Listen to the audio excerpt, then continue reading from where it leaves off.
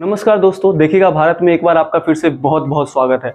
आज लोकतंत्र के सबसे बड़े महापर्व यानी लोकसभा चुनाव 2024 का पहले फेज की वोटिंग हुई।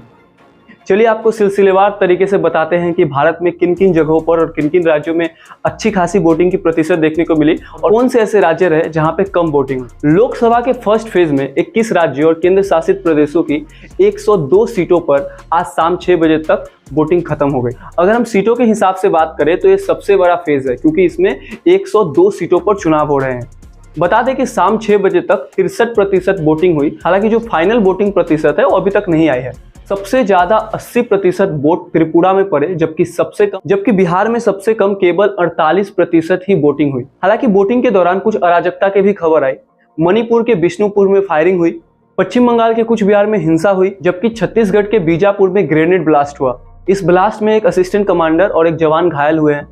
मणिपुर की 2 लोकसभा सीट यानी मणिपुर इनर और मणिपुर आउटर में भी आज ही वोटिंग पड़ना था। हालांकि हिंसा को देखते हुए मणिपुर का जो आउटर इलाका है वहाँ के कुछ हिस्सों में जो वोटिंग है वो 26 अप्रैल को होगी।